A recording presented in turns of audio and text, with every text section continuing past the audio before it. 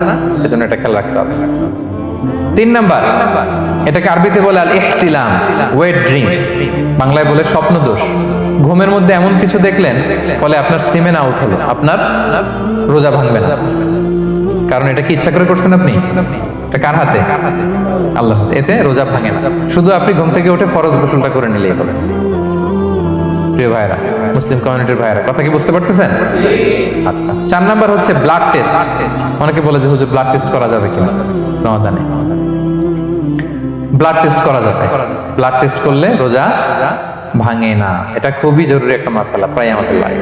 1-2 syringe blood নিলে ভাঙে না। তবে যদি অনেক বেশি অ্যামাউন্টের ব্লাড নেয়, এতে যদি আপনি ক্লান্ত হয়ে পড়েন, সেক্ষেত্রে আপনি রোজা ভাঙতে পারবেন, পরে কাজা করলে হবে।